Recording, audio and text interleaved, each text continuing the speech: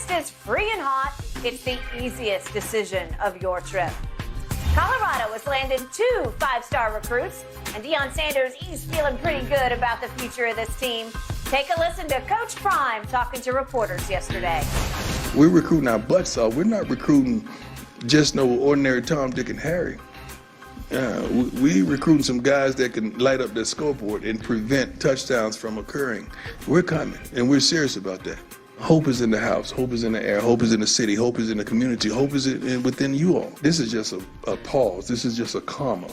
Because there's a lot of people that's going to bungee jump in that portal after spring because they're going to be disappointed in the playing time, the commitment, or the level of participation that they're garnishing.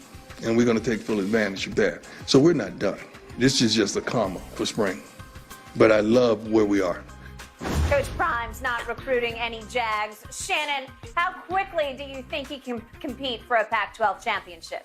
I think it's going to take a while because I don't know if he has the offensive and defensive line, the interior play. He's talking about guys that light up the scoreboard, those are skill positions. Guys that prevent that, he's talking about the defensive backs. And I believe he has the skill positions to do that. But you win championships in those trenches. You look at Alabama and what they've been able to do. You look at the Georgia Bulldogs, what they've been able to do. True. If you want to compete, you've got to get those guys. And I love Hope. Skip, I went to school with a girl named Hope Perkins. There was a deacon in my church named Hope Hagan. I played basketball with his son named Hope Hagan Jr. Hope won't get it done. Talent gets it done, and he understands that. I do believe if they give him time, time will get the job done. Yep. But this is not a quick fix because Colorado does not have the level of talent that USC has. It doesn't have the level of talent that some of these other programs have. But like he said, give me time. The portal is a game changer for every university because guys are leaving Alabama, guys are coming to Alabama. Guys are going to leave CU, he's going to be able to get some of those guys also. Give him, I say it's going to take him at the bare minimum 3 years, Skip, because it's going to take, because he has some freshmen, some sophomores. Now, they might not all be there after spring practice or after next year's season. But it's going to take him at least 3 years to get his level of player in that building, offense and defensive lineman. I don't think you have a problem recruiting skill players because he's time. So he'll be able to get those. No, good point. It's those big dogs. Yep. It's those road graders. It's those guys it's the Aaron Donalds. It's those guys that go put the quarterback on the ground. Yep. You win championships, Skip, by scoring touchdowns and preventing touchdowns. And the defensive line is the quickest way to do that. Offensive line is the way to protect your quarterback in open holes. I say give him 3 years and he'll be able to compete. So you know this man very well. I do. I covered this man, know him some. I love listening to this man because he is a gifted orator. He's got the charisma of the most influential televangelist. He's like the greatest Baptist preacher ever. It's just spitting fire and brimstone and hope. Yeah. And he sold me. I'm just watching him, and I'm like, I want to sign. Where do I sign? I want to play. I want to be part of this. Yes. He says there's hope in you. He's telling the media, and they're thinking, yeah, I'm we believe, feeling this. yeah. I think we got something special here. Okay. You're right. You're making too much sense at a time there's no sense to be made because he's just trying to create hope, even if it's kind of false hope to start with. You have to create it where it starts to grow into real hope. Yes. And I love how he's coming across. And he went on and on. I got quotes here where I just read this and I just absorbed all of it. I even loved his, this is just a comma right now because we're going to bungee jump into the portal because a bunch of kids in spring are going to go through spring practice and say, I don't know if I'm going to get enough playing time here. I might want to go join time in Boulder. And then he just preached about Boulder, saying it's the hidden gem. Have you ever been to Boulder? I have. Yeah. And it's, okay, we played in Denver, obviously. But he went on and on. He said, the only way you're going to out-recruit me is with a bag. If you got a bigger bag than I do, I'm sure they got some bag there. Because that program has legacy to it. I don't know if people remember, but they've been a national power. They have won a national championship before.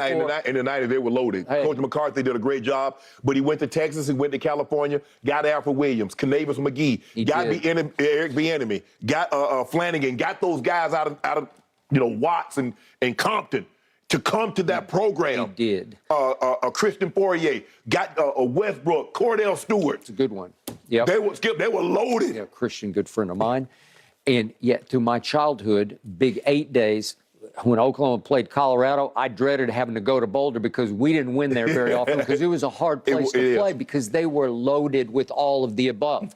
So he is recreating something that has a long-term foundation to it. This is he's not having to create it out of thin air. Right. Up in thin air, speaking of thin air, right?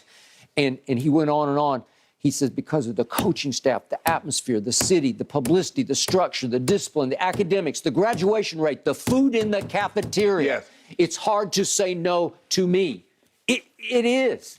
But we're just getting started. But to your point, the skill is there because he's got 2 5-stars there, right? Yes. One that he'd already recruited. And Skip, he's going to have to win. Because everybody has facilities. Yeah. Everybody got barber chairs. Everybody got hydro pools. Everybody got pool tables and billiard and ping pongs and poppy shot and cornhole. Everybody got that in their locker rooms. You got to win. Everybody got great training table. Skip, everybody got these 5-star chefs and whatever you want. You want omelets. You want quiche. Whatever it is, Skip, they got it. No, they got it. You got to win. Okay. You got to win. So he recruited a 4-star receiver out of Georgia. Yep. That'll work. He recruited that running back, that Dylan Edwards, who signed with Notre Dame. He'd verbally committed with them. Yep. Skill. Right. Okay, we got it. The DB that he got out of Florida, that Cormani McLean, he's a stud, man. I mean, he's 5-star. Supposed to go to Miami. And Travis Hunter, that he'd already had at Jackson State, is a 5-star. He's going to play on Sundays. Yes. His son is a very good quarterback. It's hard for me to gauge. He's playing the HBCU schedule. Right. It's a step up in competition, obviously. Yes. But I think he's pretty good. Yeah. And because of his experience factor, I think that's the most important position, but you have to protect him, as you said. Okay, I got it. But at least you got a quarterback that you know really well. He's your son. And you trust. And he knows the system. That's what I'm saying. You can, there's no reinstallation of this. It's already there. And all those coaches, he's got an all-star coaching staff. A lot of guys were on NFL staffs. A lot of them. My friend Dennis Thurman for years. Tim Brewster was on the NFL staff.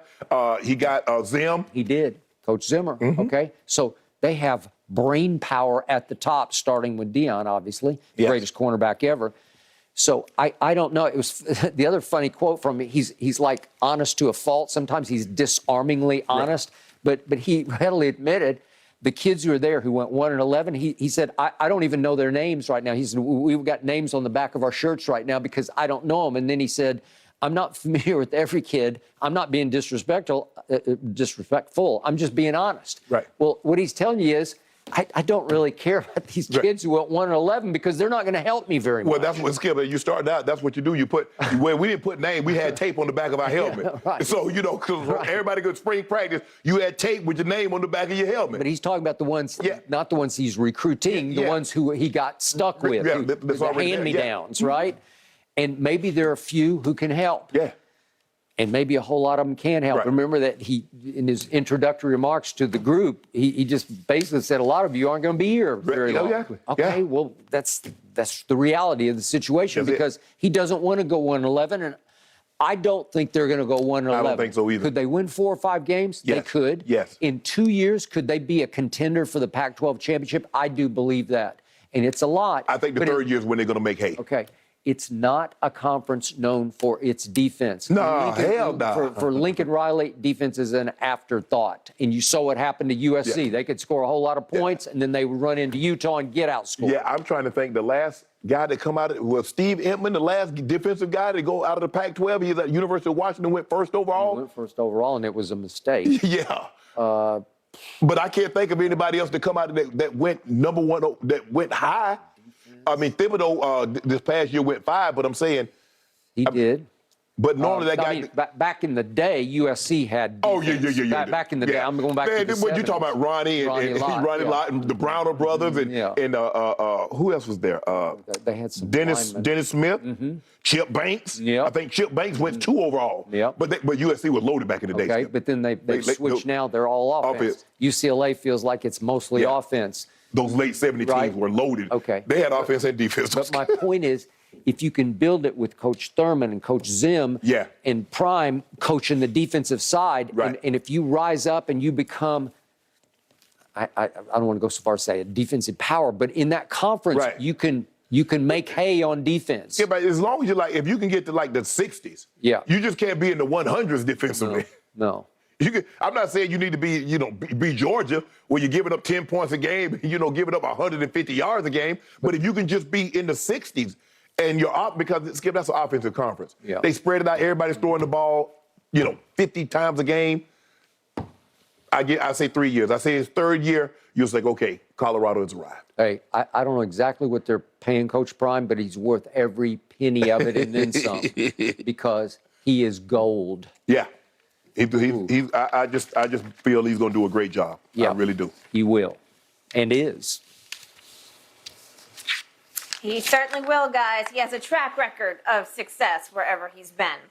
All right, speaking of success, the Celtics, they proved they're the team to beat last night, at least in the East. Proven